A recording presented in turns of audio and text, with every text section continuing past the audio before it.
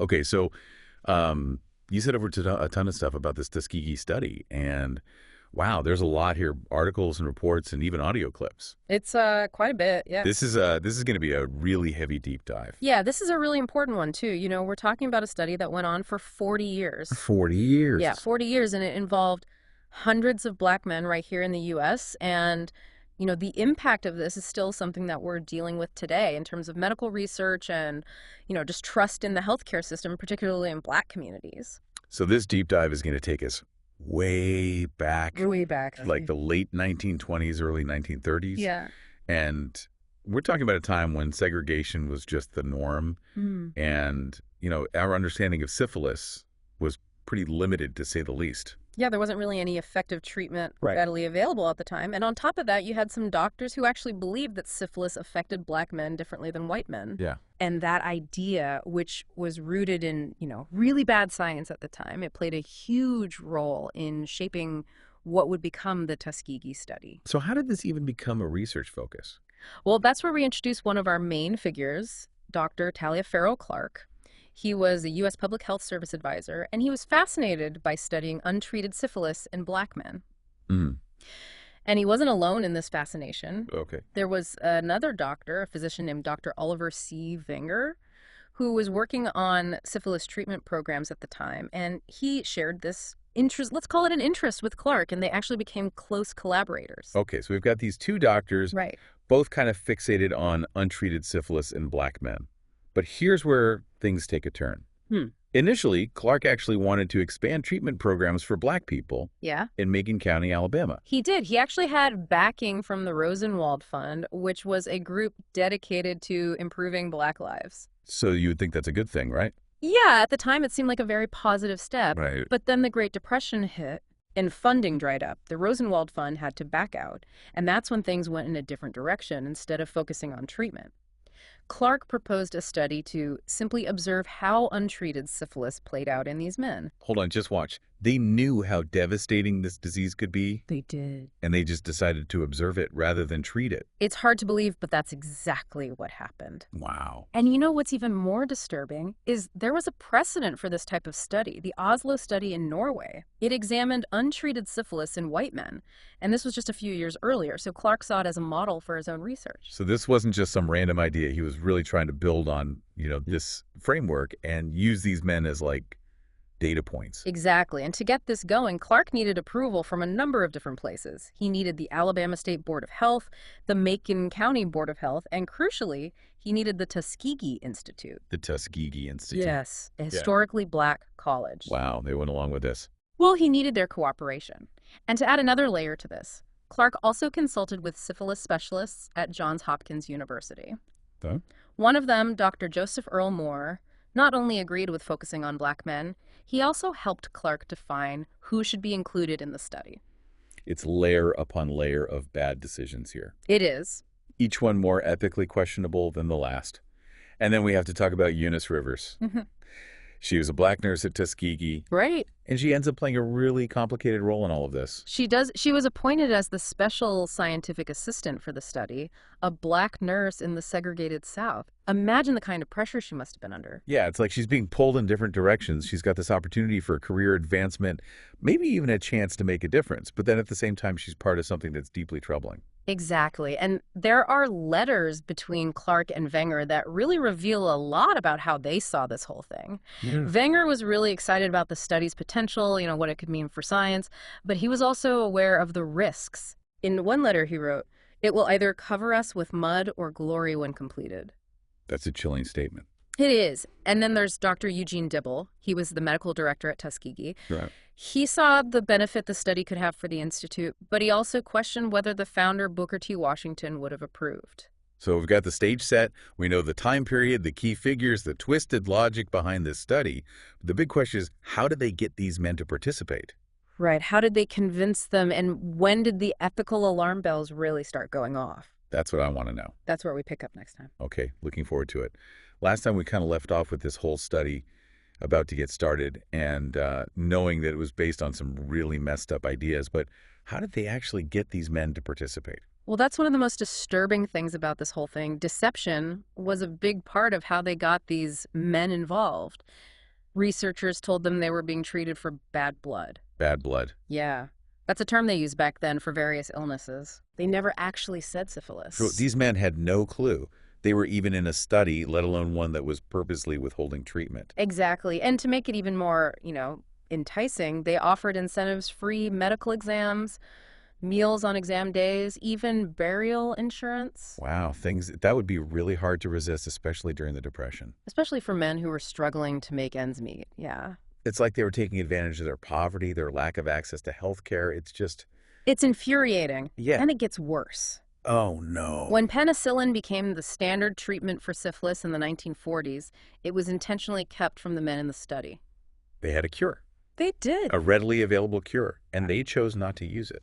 Their reasoning was that treating the men would interfere with the study's integrity. They wanted to see the full untreated progression of the disease. But that's just wrong It is. on so many levels. It's completely unethical. They were basically condemning these men to, a slow, agonizing decline, all for the sake of their research. And it gets even more shocking. They actually went as far as contacting local doctors and health departments, telling them not to treat these men for syphilis. They actively block them from getting help. They did. This is the opposite of what medicine should be. Right. It goes against everything medicine stands for. And this study went on for decades. Researchers meticulously documented the men's physical and mental decline. They performed painful spinal taps. And they told the men it was part of the treatment when really it was just another way to gather data. And Eunice Rivers, the nurse, Yeah. she was there through all of this. She was, and her role is really hard to unpack.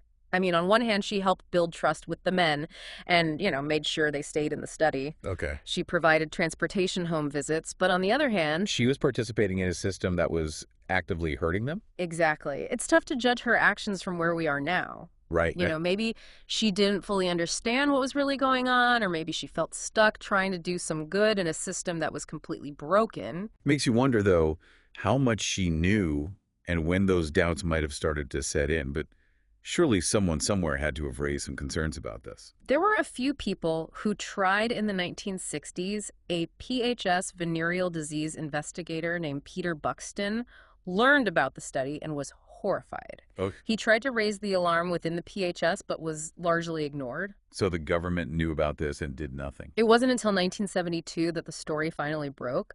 Buxton contacted a reporter, Jean Heller, at the Associated Press, and her article was published in July of that year. Wow. It exposed the study to the world, and the reaction was swift and intense.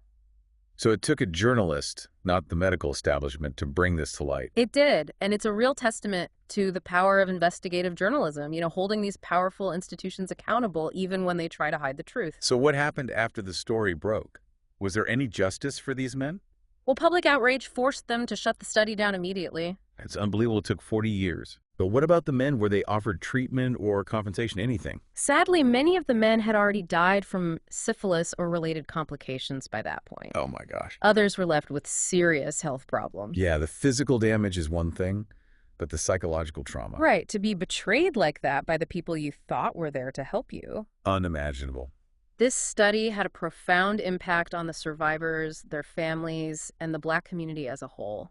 Yeah. It really destroyed trust in medical institutions and created a sense of betrayal and anger that persists to this day. So after all of this, were there any consequences for the people who designed and ran it? In 1973, a class action lawsuit was filed on behalf of the men and their families. The government settled for $10 million and issued a formal apology.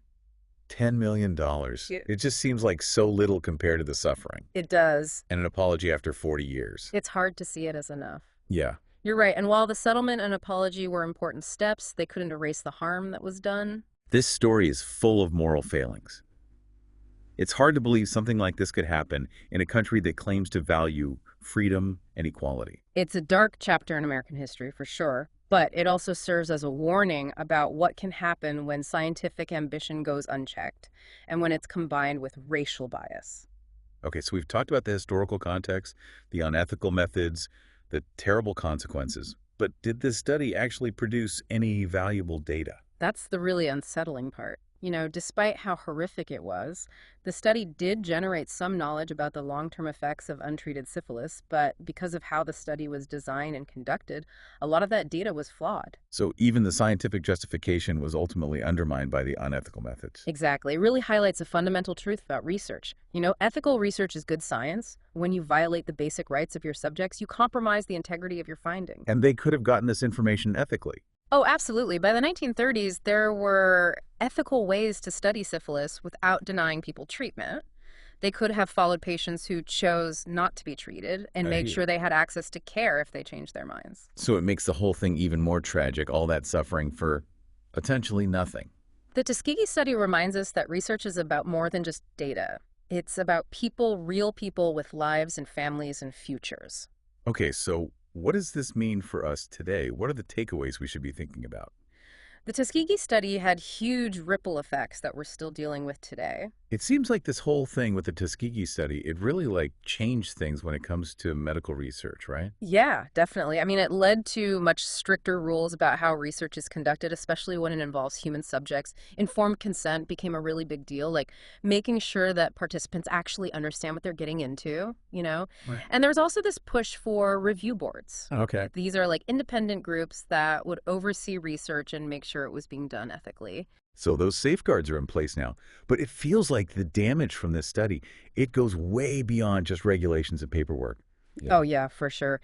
This case really had this chilling effect on public trust, particularly in the Black community. Right. It just confirmed all these fears about racism in the medical system, Right. fears that were already, really deep-seated. And that kind of distrust, I mean, it makes people hesitant to participate in research, even for things that could potentially benefit them. Yeah, and that distrust, it's not just an idea. It has real consequences. Absolutely. It can affect health outcomes, participation in clinical trials, even just the basic doctor-patient relationship. Yeah, it's a tragic legacy that we're still dealing with today, trying to rebuild trust where it's been so badly broken. So we've talked about the historical context, the flawed science, the awful consequences. But what can we learn from all of this? What should we be taking away from this deep dive into the Tuskegee syphilis study? I think the biggest takeaway is that we can't afford to be complacent. We can't just assume that ethical principles are always going to be followed, whether it's research or healthcare.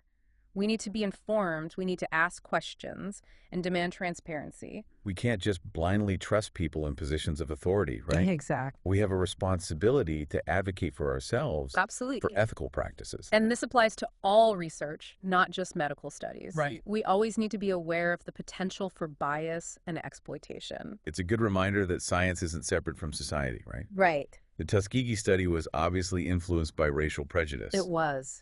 And we need to be aware of how those same forces might be shaping research today. Yeah, it's so important to be critical of the assumptions that might be embedded in research questions, the methodologies, even in how the results are interpreted.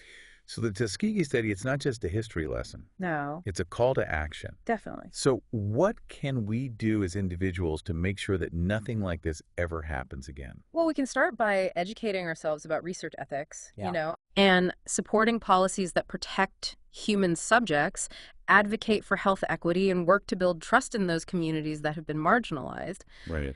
And maybe most importantly, we can speak up whenever we see injustice, even if it means challenging authority or questioning the status quo. This deep dive has been really tough, Yeah, but it's so important. it is. It's a reminder that we all have a role to play in making sure that science and healthcare are used to heal, not to harm. I agree. The Tuskegee syphilis study is a story we can't forget. It reminds us of how devastating ethical failures can be and how important it is to always remember human dignity. So on that note, we'll leave you with this. If you were going to be in a research study today, what questions would you ask to make sure you were safe? What would make you feel confident that you could trust the people running it? Think about it until next time. Keep learning, keep questioning, and keep diving deep.